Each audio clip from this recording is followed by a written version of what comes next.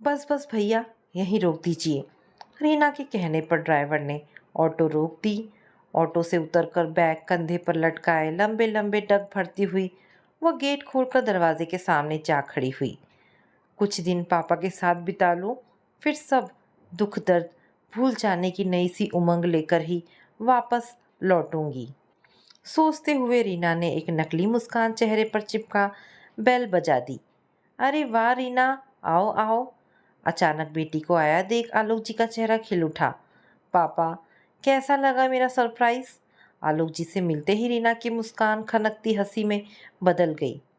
कमरे में पैर फैलाकर सोफे पर पीठ टिका कर वह आराम से बैठ गई। थक गई शायद। मैं अभी तुम्हारी पसंदीदा दालचीनी वाली चाय बनाकर लाता हूँ, कहकर आलोक जी किचन में चले गए। आप क्यों, रानी नहीं आई क्या आज काम पर? रीना पापा के पास जाकर खड़ी हो गई। बेटा, एक जरूरी काम के सिलसिले में आज जयपुर के लिए निकलना था मुझे। रानी तो इसलिए जल्दी काम निपटाकर चली गई। वैसे मैं सोच रहा हूँ कि फ्लाइट की टिकट कैंसिल करवा दूँ अब। पापा, आप चले जाइए, जल्दी वापस आ जाएंगे ना? मैं तो अभी कुछ दिन यहीं रहूँगी। रीना प्रसन्न दिखने का पूरा प्रयास कर रही थी। मैं 2 दिन में लौट आऊँगा। इस बार सुमित नाराज़ नहीं हुआ तुम्हारे कुछ दिन यहाँ बिताने पर? दिल्ली में हो तो भी बस सुबह आकर शाम को चली जाती हो वापस। एक दिन भी कहाँ रहने देता है वह तुम्हें मायके में? पापा के मन में अपने दामाद के प्रति छिपी शिकायत शब्दों में छलक रही थी। ऑफिस के काम से आज ही सुमित सिडनी गए हैं, इसलिए आपके साथ कुछ दिन रहने का प्रोग्राम बना लिया मैंने। गुड। आलोक जी के चेहरे पर मुस्कान की एक लंबी रेखा खिंच गई। रीना भी मुस्कुरा दी और फिर ड्राइंग रूम में रखे बैग को अपने कमरे में ले जाकर सामान निकाल अलमारी में लगाने लगी। पापा के साथ बातचीत कर रीना का मन हल्का हो गया, लेकिन अपने पापा के जाते ही उसे उदासी ने घेर लिया। मस्तिष्क में विचारों की उलझन निराशा को और भी बढ़ा रही थी। शून्य में ताकती वह अपने आप से ही बातें करने लगी। कितना अपनापन है यहाँ, दीवारें भी जैसे अनुराग बसाए हैं अपने भीतर। घर के एकमात्र सदस्य पापा तो जैसे स्नेह का पर्याय ही है। मम्मी की दुनिया छोड़कर चले जाने के बाद सालों से मम्मी की भूमिका निभाते हुए अपनी ममता की छांव तले धूप सदृश चिंताओं से बचाते आए हैं वे। मैं अकेली संतान हूँ तो क्या, सभी नाते मिलकर भी जितना प्रेम नहीं बरसा पाते जितना पापा ने अकेले ही मुझ पर बरसा दिया। और वहाँ कैसे कह दूँ कि ससुराल ही अब घर है मेरा। सासू माँ के रूप में खोई हुई माँ मिल जाएगी, यही आशा थी मेरी। ससुर जी से पापा जैसा स्नेह चाहा था, लेकिन चाहने मात्र से ही तो सब संभव नहीं होता। फिर और किसी को क्या दोष दूँ जब जीवन साथी ही अनमना सा रहता है मुझसे। विवाह के 3 वर्ष बीत जाने पर भी प्यार और अपनेपन को तरस रही हूँ मैं। आशा थी कि कोई नन्ही जान आएगी तो नए रंग भर देगी जीवन में। क्या मैं कम दुखी हूँ माँ न बन पाने पर कि सभी मुझे किसी अपराधी सा सिद्ध करने में लगे हैं? रीना एक बार फिर सब याद कर खिन्न हो उठी। विवाह होते ही उसे नौकरी से त्यागपत्र देना पड़ा था। सारा दिन अकेले घर के काम में पिसती हुई वह 2 बोल प्रेम के सुनने को तरस जाती थी। पति सुमित अपनी ही दुनिया में खोया रहता। रात में कुछ हसीन लम्हों की चाह में वह सुमित के करीब जाती तो उसका रवैया ऐसा होता जैसे एहसान कर रहा हो उस पर। रीना को किसी नन्ही आहट की प्रतीक्षा करते हुए 3 वर्ष बीत गए, लेकिन उसकी गोद सुनी ही थी। सुमित का मनुहार कर एक दिन उसे साथ लेकर वह क्लिनिक चली गई। वहाँ डॉक्टर ने रीना व सुमित दोनों के लिए कुछ टेस्ट लिख दिए। उस रात सुमित ऑनलाइन हुई रिपोर्ट देख रहा था और वह बिस्तर पर लेटे हुए सुमित की आतुरता से प्रतीक्षा कर रही थी। लैपटॉप शट डाउन कर लटका हुआ चेहरा लिए वह आकर बोला, रिपोर्ट देख ली है? कहा था तुम्हें पहले ही, पर तुम ही जिद पकड़े बैठी थी कि टेस्ट करवाना है। अब साफ हो चुका है कि तुम्हारे सिस्टम में कुछ कमी है, इसलिए माँ नहीं बन पाओगी कभी। रीना की रुलाई फूट पड़ी थी। अपने को संयत कर हिम्मत जुटा बोली, आप कल प्रिंट निकलवा लेना रिपोर्ट का। ऐसी समस्याओं से कई औरतें दो चार होती हैं, इलाज तो होगा ही होगा, कोई ना कोई। हम कल ही डॉक्टर के पास चलेंगे। कोई ज़रूरत नहीं तुम्हें अपनी इस कमी का तमाशा बनवाने की। कोई पूछेगा तो कह देंगे कि अभी नहीं चाहते परिवार बढ़ाना। आज के बाद इस बारे में कोई बात नहीं होगी। किसी तानाशाह सा आदेश से सुमित मुंह फेर कर लेट गया। तिरस्कृत हो रीना बस आंसू बहाकर रह गई थी। सुमित ने अगले दिन अपनी माँ को रिपोर्ट के बारे में बताया। बस फिर क्या था, आते जाते ताने कसने देने शुरू कर दिए उन्होंने। ससुर जी सुमित को बार बार याद दिलाना नहीं भूलते थे कि उनके रिश्ते के एक भाई ने अपनी बहू के माँ ना बन पाने की स्थिति में अपने इकलौते बेटे को तलाक दिलवाकर उसका दूसरा विवाह करवा दिया था। उपेक्षा और प्रताड़ना के अंधेरे से घिरी एक तंग सी गली में स्वयं को पाकर रीना बिल्कुल अकेली हो गई थी। सुमित अक्सर डपट देता कि मुंह फुलाकर क्यों रहती हो हमेशा, कम से कम मेरे सामने तो मनहूस सा चेहरा लिए न आया करो। पिछले दिन के अपमान का दंश भी अब तक मर्माहत कर रहा था रीना को। मेरठ से सुमित की बुआ जी मिलने आई थी। रीना ने हमेशा की तरह अभिवादन कर आदर व्यक्त किया। उन्होंने अपने चिर परिचित अंदाज में रीना को गोद भर जाने का आशीर्वाद दिया तो पास खड़ी रीना की सासू माँ तपाक से बोल उठी, सपने देखने बंद कर दो जीजी, अब ये सुख हमारे हिस्से में कहाँ। बस अब तो हमारा आंगन बच्चे की किलकारियों के लिए तरसता ही रहेगा सदा। ये सुन बुआ जी आंखें फाड़ मुंह बिचकाते हुए बोली, अरे अरे, ये क्या कह रहे हो। रीना की सूरत देखकर तो नहीं लगता कि इसे कोई अफसोस है अपने इस अधूरेपन पर।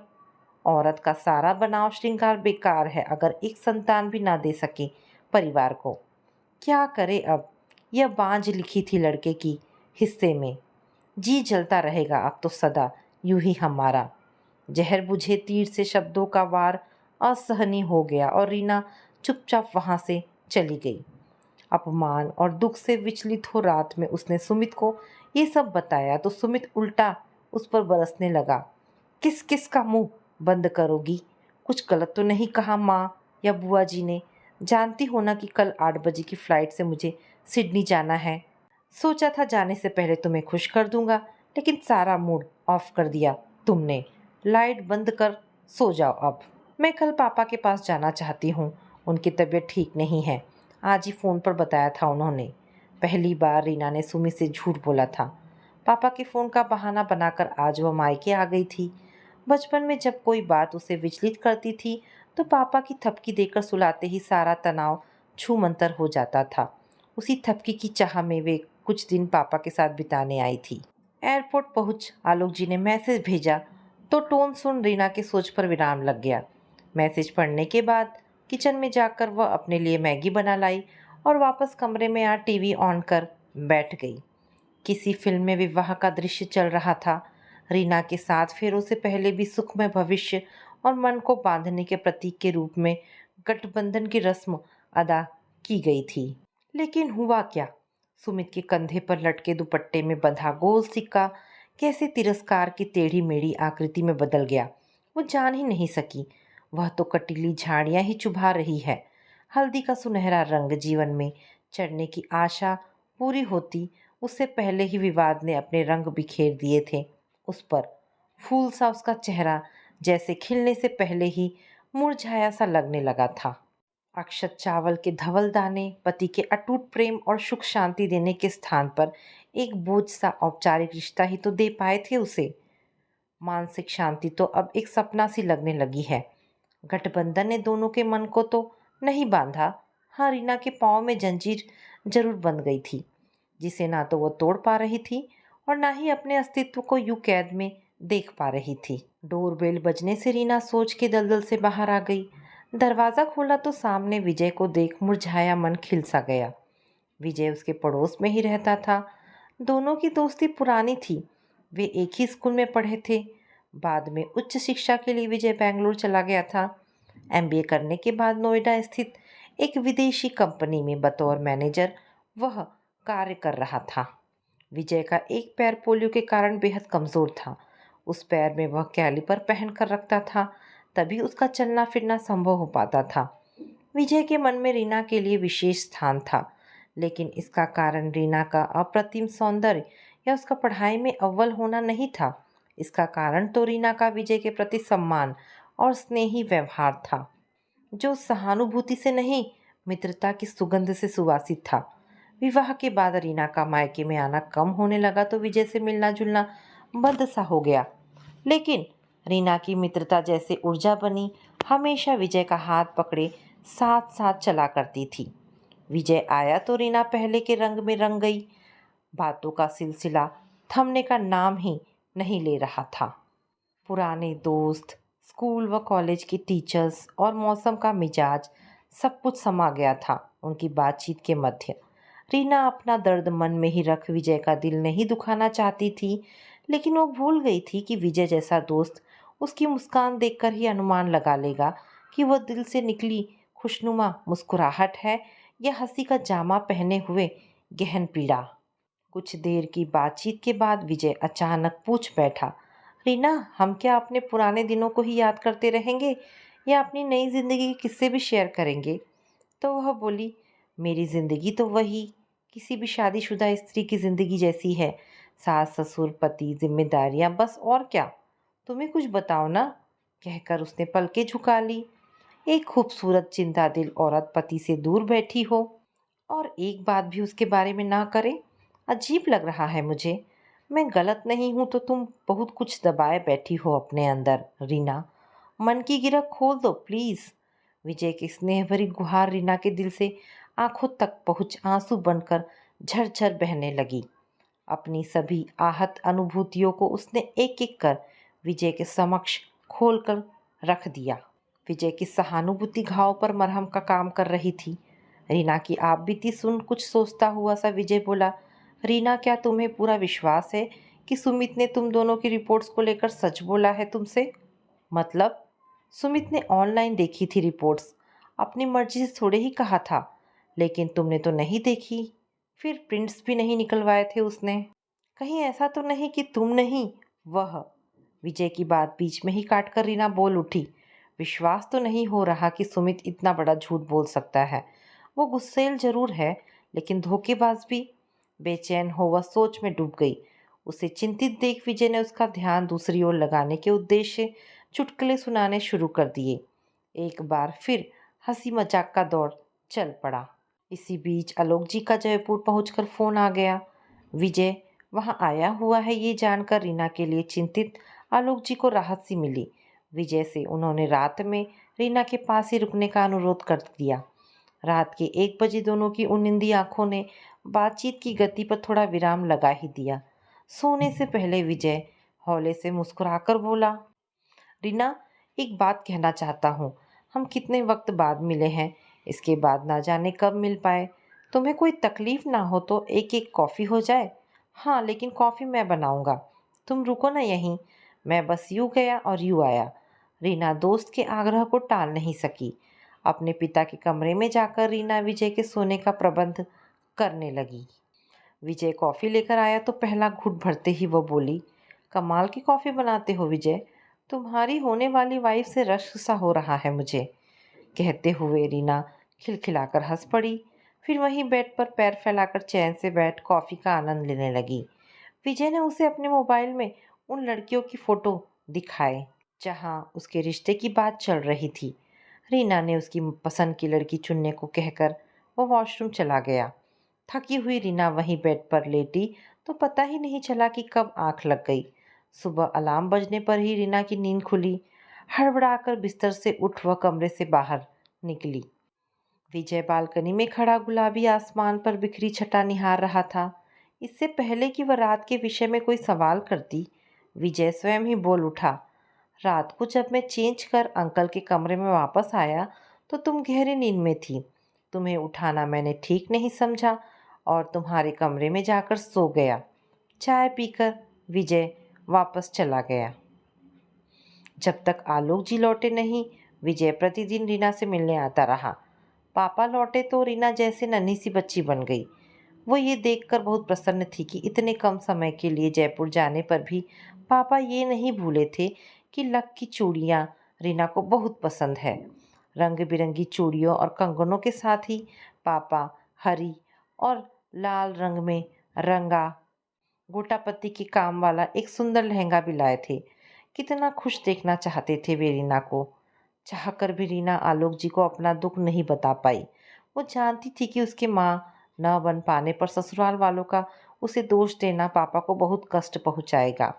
अपनी पीड़ा भीतर ही दबा पापा के स्नेह को पल पल महसूस करती रीना के 10 दिन बातें करते और हंसते हंसाते कब बीत गए पता ही नहीं चला उसे।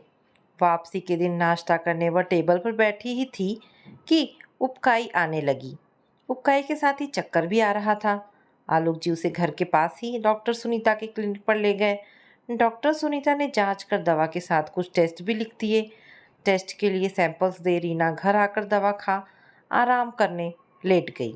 दोपहर को विजय रीना से मिलने आया तो साथ में उसकी पसंद का ढोकला भी लाया। रीना की पसंदीदा दुकान का ढोकला, उस पर पापा और विजय का साथ। रीना भूल ही गई कि वह बीमार है। तीनों की बातों और ठहाकों से घर गूंज उठा। शाम होते होते रीना की तबीयत बिल्कुल ठीक हो गई। आलोक जी चाहते थे कि वह अगले दिन तक रुक जाए, लेकिन रीना ने जाना ही उचित समझा, क्योंकि सुमित सुबह ही सिडनी से अपने घर लौट चुका था। डॉक्टर सुनीता के क्लिनिक पर रिपोर्ट्स ऑनलाइन देखने की सुविधा नहीं थी और स्वास्थ्य में सुधार के कारण रीना को रिपोर्ट लेना आवश्यक भी नहीं लग रहा था, इसलिए वह कैब बुक करवाने लगी। विजय और आलोक जी का मानना था कि रिपोर्ट एक बार देखनी जरूर चाहिए, रीना को लौटने में देर ना हो जाए। इसलिए विजय ने कहा कि वह क्लिनिक से रिपोर्ट लेकर उसका फोटो खींच रीना को व्हाट्सएप पर भेज देगा। कैब बुलाकर पापा और विजय से विदा ले वह टैक्सी में बैठकर चली गई। रीना ससुराल पहुंचने ही वाली थी कि उसे विजय का भेजा हुआ रिपोर्ट का फोटो मिल गया। जब रीना ने फोटो डाउनलोड कर देखा तो उसे अपनी आंखों पर विश्वास ही नहीं हुआ। रिपोर्ट बता रही थी कि वह गर्भवती है। रीना का मन खुशी से झूम उठा। वह जल्दी ही सुमित से मिलकर यह सुखद समाचार उसे सुनाना चाहती थी। उत्साह से भरी रीना दौड़ती हुई सुमित के पास जा पहुंची।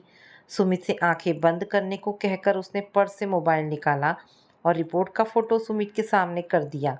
सुमित ने आंखें खोली तो नजरें मोबाइल स्क्रीन पर ठहर गई। रिपोर्ट में प्रेगनेंसी पॉजिटिव देखते ही उसके चेहरे का रंग उड़ गया।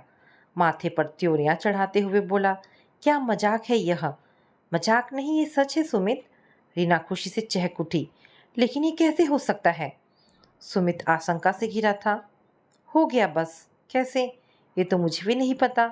अदा से कंधे उचकाती हुई रीना सुमित से लिपट गई। रीना को अपने से अलग कर सुमित आक्रोशित हो लगभग चीख उठा। ऐसा नहीं हो सकता, कभी नहीं। हुआ तो हुआ कैसे? क्या हो गया है आपको? इस बार रीना तुनक कर बोली। ये क्या अनाप शनाप बोले जा रहे हैं आप इतनी देर से? मैंने तो सोचा था कि आप ये खुशखबरी सुन खुशी से झूम उठेंगे, लेकिन कैसी खुशखबरी, कैसी खुशी? सुन लो तुम आज कि मैं पिता नहीं बन सकता। उत्तेजना और क्रोध में सुमित के मुंह से सच निकल गया। रीना सिर पकड़कर बैठ गई। उसे लग रहा था कि वह चक्कर खाकर गिर जाएगी। अपनी रुबीली आवाज में सुमित फिर चिल्लाया, क्या मैं जान सकता हूँ कि ये बच्चा किसका है? शायद उस विजय का ही है जिसने तुम्हें ये रिपोर्ट भेजी है। रीना यह सहन ना कर सकी। तैश में आकर बोली, अब समझी कि आपने मुझे हमारे टेस्ट की रिपोर्ट क्यों नहीं दिखाई थी, क्यों नहीं जाना चाहते थे डॉक्टर के पास। कितना बड़ा धोखा।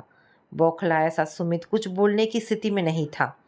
बेचैन होकर वह कमरे में इधर उधर चक्कर लगाने लगा। असमंजस में पड़ी रीना भी आंखों पर हाथ रख बेड पर लेट गई। कुछ देर बाद कमरे की चुप्पी रीना का मोबाइल बजने से टूट गई। कॉल विजय का था। उखड़ी सी आवाज में हेलो बोल मोबाइल पर बात करते हुए वह कमरे से सटी बालकनी में जा खड़ी हुई। विजय बोला, सुमित का सिडनी टूर कैसा रहा? तुम्हारी तबीयत कैसी है अब? वैसे मैंने एक ज़रूरी बात बताने के लिए किया है फ़ोन। अरे, मैंने जिस रिपोर्ट का फ़ोटो भेजा था वह तुम्हारी नहीं है। पहले किसी और रीना की रिपोर्ट दे दी थी मुझे उन लोगों ने। कुछ देर पहले क्लिनिक से फ़ोन आया तो मैं दोबारा जाकर सही वाली रिपोर्ट लाया हूँ। अभी व्हाट्सएप पर तुम्हारी असली रिपोर्ट भेज रहा हूँ। कोई बड़ी बीमारी नहीं है, बस थोड़ा सा इन्फेक्शन हो गया था। ओह! मैं भी कुछ समझ नहीं पा रही थी कि आखिर ये हुआ क्या। हाँ, लेकिन उस गलत रिपोर्ट ने सुमित को बेनकाब कर दिया है। कहते हुए रीना ने पूरी घटना संक्षेप में बता दी। अब सुमित को बता दो रिपोर्ट का सच, सब ठीक हो जाएगा, कहकर विजय ने फ़ोन काट दिया और असली रिपोर्ट को भेज दी। फ़ोन पर रीना की हताशा में डूबी आवाज़ सुनने के बाद विजय चिंतित था, लेकिन उसे इस बात की प्रसन्नता भी थी कि सुमित को लेकर उसका अनुमान सही निकला और एक छोटी सी युक्ति लगाकर उस झूठ से पर्दा उठाने में वह सफल भी हो गया। हुआ यूं कि शाम को जब विजय रीना की रिपोर्ट लेने पहुंचा तो जो रिपोर्ट उसे मिली उसे देखकर वह चौंक गया। फिर रिपोर्ट पर मोबाइल नंबर व घर का पता देखा तो वह रीना का नहीं था। विजय समझ गया कि यह रिपोर्ट किसी और रीना की है। इससे पहले कि वह काउंटर पर जाकर सही रिपोर्ट लेता, उसने अपने मोबाइल से उस रिपोर्ट की एक फ़ोटो इस तरह खींच कर रख लिया जिसमें एड्रेस और मोबाइल नंबर दिखाई ना दे। इसके बाद विजय ने रीना की असली रिपोर्ट लेकर अपने पास रख ली। रिपोर्ट नॉर्मल थी, इसलिए उसे रीना तक पहुंचाने की जल्दी भी महसूस नहीं हुई। विजय को गलत रिपोर्ट वाला फ़ोटो रीना को भेजने के कुछ देर बाद भेजी विजय ने असली रिपोर्ट, ताकि रीना सुमित को गलत रिपोर्ट दिखा सके और इस बारे में रीना और सुमित की बातचीत भी हो पाए। गलत रिपोर्ट देखने के बाद सुमित की प्रतिक्रिया द्वारा सच झूठ की तह तक पहुंचना चाहता था विजय। सही रिपोर्ट भेजने के बाद विजय आशा कर रहा था कि सुमित अब शर्मिंदा होकर सच छिपाने के लिए रीना से क्षमा मांग लेगा और दोनों का वैवाहिक जीवन एक सुखद मोड़ ले लेगा, लेकिन ऐसा हुआ नहीं। सुमित को जब रीना ने बताया कि प्रेगनेंसी वाली रिपोर्ट गलत थी तो निर्लज्जता और दुगने वेग से वह रीना पर चिल्ला उठा। तो अब अपने दोस्तों के साथ मिलकर मेरा मजाक भी उड़ाना शुरू कर दिया तुमने। ना जाने क्या समझती हो अपने आप को। सिडनी में ही खुश था मैं। सोच रहा हूँ सब छोड़ छाड़ कर वहीं चला जाऊं। रीना का मन कड़वाहट से भर उठा। मन के चूर चूर होने की पीड़ा मुख पर साफ झलक रही थी। मन किया कि जोर से चीख उठे, मुंह से जैसे बोल अपने आप ही निकल पड़े। अपने किए पर शर्मिंदा होने की जगह आप मुझे मेरे दोस्तों पर कीचड़ उछाल रहे हैं। अब तक आपके व्यवहार को मैं आपका स्वभाव समझ सहन करती आ रही थी, लेकिन आप तो पहले दिन से ही मुझे नीचा दिखाने के मौके तलाश रहे थे। क्या हो गया अगर पति पत्नी में से कोई भी संतान को जन्म देने में असमर्थ है? वह आप भी हो सकते थे या मैं भी। रिश्तों का घटा जोड़ नहीं जानती मैं, लेकिन इतना समझती हूँ कि प्यार दिमाग से नहीं दिल से होता है। पति पत्नी का रिश्ता प्रेम पर टिका होता है, दिमाग का खेल नहीं चलता यहाँ। आप क्या छोड़ेंगे मुझे? मैं आज ही अभी पति पत्नी के नाम पर कलंक बन चुके इस रिश्ते से अपने को अलग करती हूँ। सुमित हक्का बक्का सा देखता रह गया और बैग लिए रीना उल्टे पांव मायके लौट आई। आलोक जी भी क्या कहते, सब जानने के बाद। कुछ दिनों की जद्दोजहद के बाद तलाक हो गया। अपनी योग्यता के बल पर स्कूल में टीचर बन रीना पूरी हिम्मत से स्वयं को संभाली थी, लेकिन मन में कहीं ना कहीं एक रिक्तता निरंतर अनुभव कर रही थी। धीरे धीरे उसके वजूद पर छा रही वह उदासी उसकी उमंगों और खुशियों को लील ही जाती, यदि उस दिन विजय अपना दिल उसके सामने ना खोल देता। रीना, तुम्हें कभी कहने का साहस ना जुटा सका। हमेशा एक जुड़ाव सा महसूस होता रहा है तुम संग। कुछ कहना भी चाहा, कभी तो अपाहिज पाँव ने जैसे मेरी सारी हिम्मत छीन ली। तुम्हारी शादी हुई तो सब्र कर लिया और हमेशा तुम्हें खुश देखना चाहा। अब भी तुम्हें उदास देखता हूँ तो लगता है कहीं से खुशियों की गठरी बांध लाऊं और सब तुम पर निछावर कर दूं। विजय बोला, अपाहिज? क्या कह रहे हो विजय? अपाहिज तो सुमित था जिसकी सोच ही पंगु थी। काश तुमने कुछ साल पहले ही बता दी होती मुझे अपने मन की बात। रीना का गला रुंध गया। तो अब भी क्या बिगड़ा है रीना? क्या तुम मेरी जीवन संगिनी बनकर खुश रह सकोगी? रीना की आंखें ही नहीं, मन भी भीग गया। लगा जैसे विजय ने चाहत के दुपट्टे में सम्मान का सिक्का, उमंग सी हल्दी, चावल के दानों सा विश्वास तथा आशा के पुष्प रख कर गांठ लगा दी हो और उसे रीना की कोमल भावनाओं की चूनर से बांध दिया हो। गठबंधन तो आज हो गया है हमारा, कहकर रीना विजय के गले लग गई। तो दोस्तों, ये कहानी यहाँ पर समाप्त होती है। आशा करती हूँ कहानी पसंद आई होगी। अगर कहानी पसंद आई है तो प्लीज़ इसे लाइक एंड शेयर करें। दोस्तों, ऐसी ढेरों पारिवारिक और शिक्षाप्रद कहानी सुनने के लिए मेरे चैनल को प्लीज़ सब्सक्राइब करें। धन्यवाद दोस्तों।